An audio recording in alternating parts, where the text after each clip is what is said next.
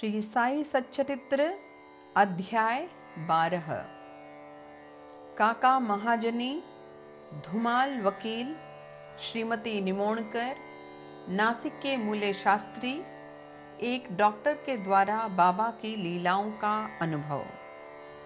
इस अध्याय में बाबा किस प्रकार भक्तों से भेंट करते और कैसा बर्ताव करते थे, इसका वर्णन किया गया है। संतों का कार्य। हम देख चुके हैं कि ईश्वरीय अवतार का ध्येय साधु जनों का परित्राण और दुष्टों का संहार करना है, परंतु संतों का कार्य तो सर्वथा भिन्न ही है।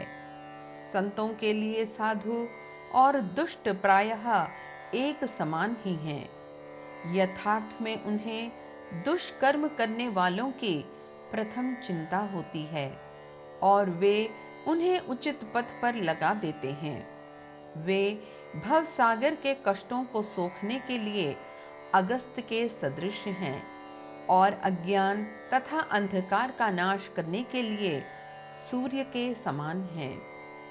संतों के हृदय में भगवान वासुदेव निवास करते हैं। वे उनसे पृथक नहीं हैं। श्री साई भी उसी कोटि में हैं, जो कि भक्तों के कल्याण के निमित्त ही अवतीर्ण हुए थे। वे ज्ञान ज्योति स्वरूप थे और उनकी दिव्य प्रभा अपूर्व थी। उन्हें समस्त प्राणियों से समान प्रेम था। वे निष्काम तथा नित्य मुक्त थे। उनकी दृष्टि में शत्रु, मित्र, राजा और भिक्षुक सब एक समान थे। पाठकों, अब कृपया उनका यश श्रवण करें।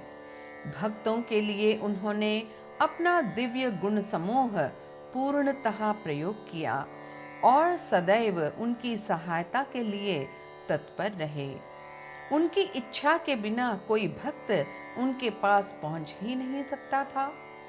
यदि उनके शुभ कर्म उदित नहीं हुए हैं तो उन्हें बाबा की स्मृति भी कभी नहीं आई और ना ही उनकी लीलाएं उनके कानों तक पहुंच सकी। तब फिर बाबा के दर्शनों का विचार भी उन्हें कैसे आ सकता था? अनेक व्यक्तियों की श्री साई बाबा के दर्शन की इच्छा होते हुए भी उन्हें बाबा के महासमाधि लेने तक कोई योग्य प्राप्त न हो सका। अतः ऐसे व्यक्ति जो दर्शन लाभ से वंचित रहे हैं, यदि वे श्रद्धा पूर्वक साई लीलाओं का श्रवण करेंगे तो उनकी साई दर्शन की इच्छा बहुत कुछ सीमा तक तृप्त हो जाएगी। भाग्यवश यदि किसी को किसी प्रकार बाबा के दर्शन हो भी गए तो वह वहां अधिक ठहर नहीं सकेगा। इच्छा होते हुए भी केवल बाबा की आज्ञा तक ही वहां रुकना संभव था और आज्ञा होते ही स्थान छोड़ देना आवश्यक हो जाता था। अतः यह सब उनकी शुभ इच्छा पर ही अवलंबित था। काका महाजनी। एक समय काका महाजनी बंबई से शिरडी पहुंचे। उनका विचार एक सप्ताह ठहरने और गोकुल अष्टमी उत्सव में सम्मिलित होने का था। दर्शन करने के बाद बाबा ने उनसे पूछा, तुम कब वापस जाओगे? उन्हें बाबा के इस प्रश्न पर आश्चर्य सा हुआ। उत्तर देना तो आवश्यक ही था, इसलिए उन्होंने कहा, जब बाबा आज्ञा दे। बाबा ने अगले दिन जाने को कहा। बाबा के शब्द कानून थे, जिनका पालन करना नितांत आवश्यक था। काका महाजनी ने तुरंत ही प्रस्थान किया। जब वे बंबई में अपने ऑफिस में पहुंचे तो उन्होंने अपने सेठ को अति उत्सुकता पूर्वक प्रतीक्षा करते पाया। मुनीम के अचानक ही अस्वस्थ हो जाने के कारण काका की उपस्थिति अनिवार्य हो गई थी। सेठ ने शिरडी को जो पत्र काका के लिए भेजा था, वह बंबई के पते पर उनको वापस लौटा दिया गया। भाऊ साहेब धुमाल। अब एक विपरीत कथा सुनिए। एक बार भाऊ साहेब धुमाल एक मुकदमे के संबंध में निफाड़ के न्यायालय को जा रहे थे। मार्ग में वे शिरडी उतरे। उन्होंने बाबा के दर्शन किए और तत्काल ही निफाड़ को प्रस्थान करने लगे, परंतु बाबा की स्वीकृति प्राप्त नहीं हुई। उन्होंने उन्हें शिरडी में 1 सप्ताह और रोक लिया। इसी बीच निफाड़ के न्यायाधीश उदर पीड़ा से ग्रस्त हो गए। इस कारण उनका मुकदमा किसी अगले दिन के लिए बढ़ाया गया।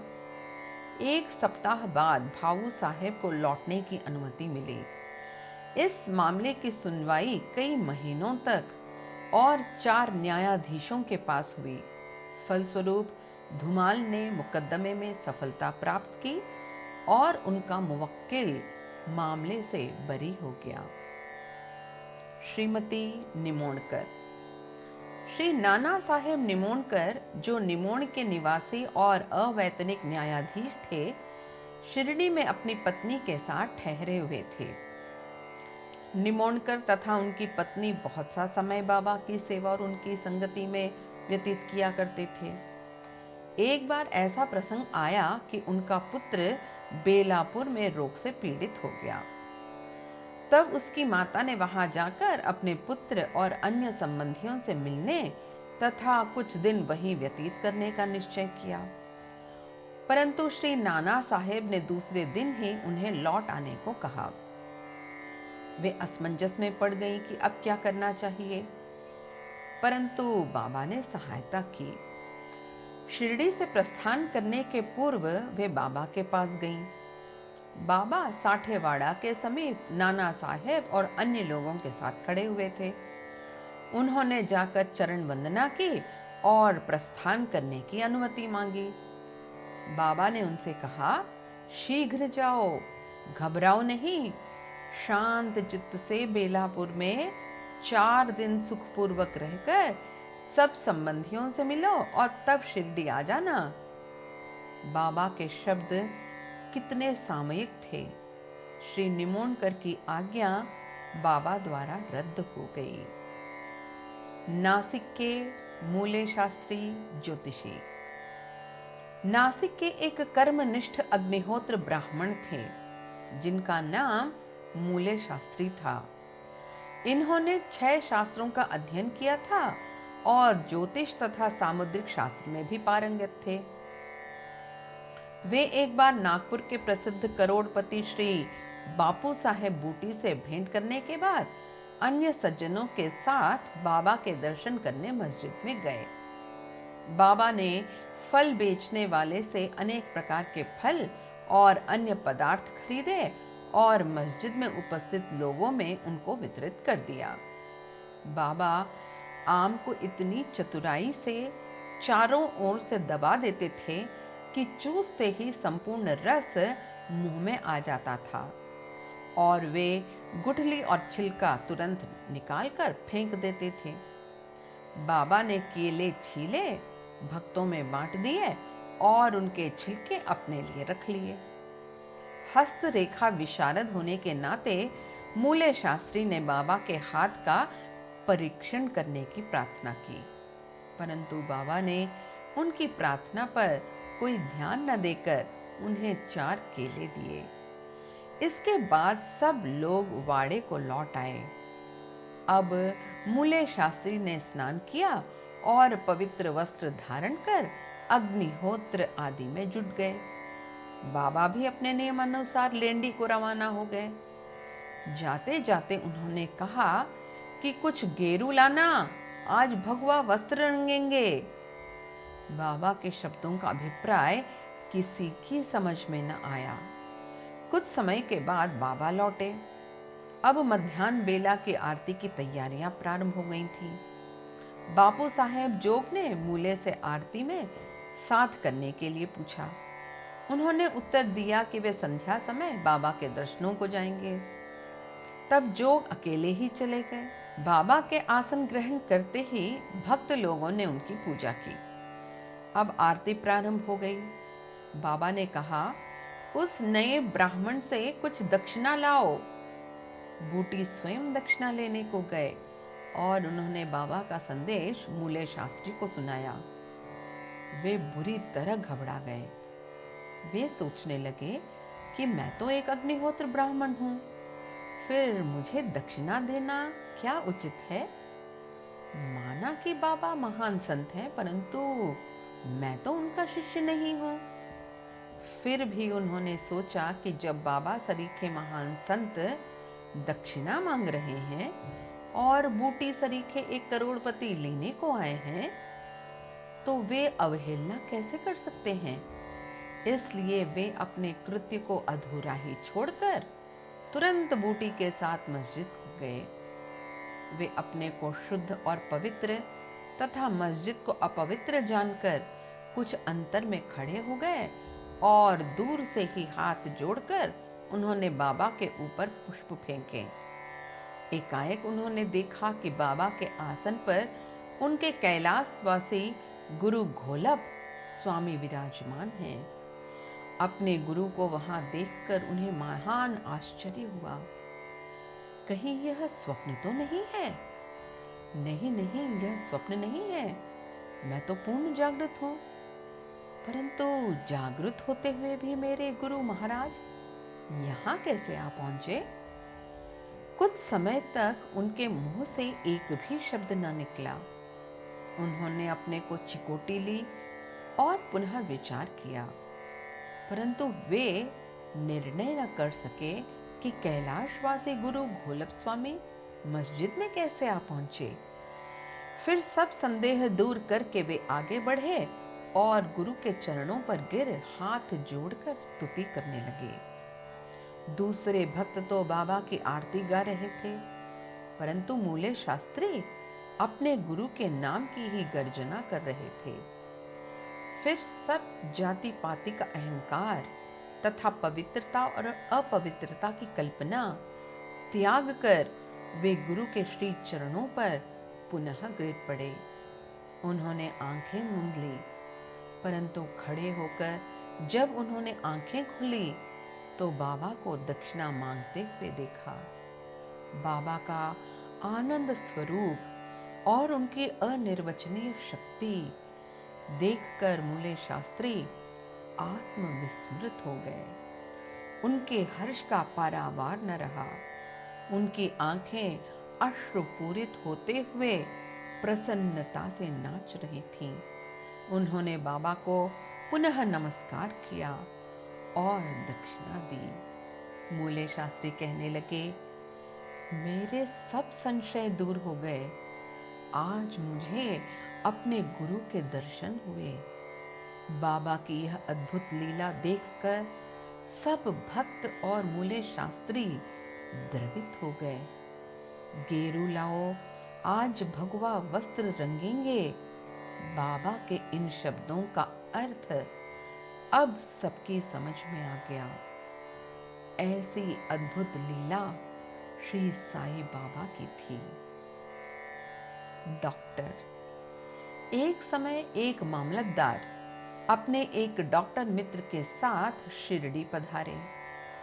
डॉक्टर का कहना था कि मेरे इष्ट श्री राम हैं, मैं किसी यवन को मस्तक न नमाऊंगा। अतः वे शिरडी जाने में असहमत थे। मामलतदार ने समझाया, तुम्हें नमन करने को कोई बाध्य न करेगा और ना ही तुम्हें कोई ऐसा करने को कहेगा, अतः मेरे साथ चलो, आनंद रहेगा। वे शिरडी पहुंचे और बाबा के दर्शन को गए, परंतु डॉक्टर को ही सबसे आगे जाते देख और बाबा की प्रथम चरण वंदना करते देख सबको बड़ा विस्मय हुआ। लोगों ने डॉक्टर से अपना निश्चय बदलने और इस भांति एक यवन को दंडवत करने का कारण पूछा। डॉक्टर ने बतलाया कि बाबा के स्थान पर उन्हें अपने प्रिय इष्टदेव श्री राम के दर्शन हुए थे और इसलिए उन्होंने उन्हें नमस्कार किया। जब वे ऐसा कह ही रहे थे, तभी उन्हें साईं बाबा का रूप पुनः दिखने लगा। वे आश्चर्यचकित होकर बोले, क्या यह स्वप्न है? ये यवन कैसे हो सकते हैं? अरे अरे, यह तो पूर्ण योग अवतार है। दूसरे दिन से उन्होंने उपवास करना प्रारंभ कर दिया। उन्होंने प्रतिज्ञा की कि जब तक बाबा स्वयं बुलाकर आशीर्वाद नहीं देंगे, तब तक मस्जिद में कदापि न जाऊंगा। इस प्रकार 3 दिन व्यतीत हो गए। चौथे दिन उनका एक इष्ट मित्र खानदेश से शिरडी आया। वे दोनों मस्जिद में बाबा के दर्शन करने गए। नमस्कार होने के बाद बाबा ने डॉक्टर से पूछा, आपको बुलाने का कष्ट किसने किया? आप यहाँ कैसे पधारे? यह प्रश्न सुनकर डॉक्टर द्रवित हो गए और उसी रात्रि को बाबा ने उन पर कृपा की। डॉक्टर को निद्रा में ही परमानंद का अनुभव हुआ। वे अपने शहर लौट आए तो भी उन्हें 15 दिनों तक वैसा ही अनुभव होता रहा। इस प्रकार उनकी साई भक्ति कई गुना बढ़ गई। उपर्युक्त कथाओं की शिक्षा विशेषतः मूले शास्त्री की यही है कि हमें अपने गुरु में दृढ़ विश्वास होना चाहिए। अगले अध्याय में बाबा की अन्य लीलाओं का वर्णन होगा। श्री सद्गुरु साईनाथ अर्पणमस्तु। शुभम भवतु।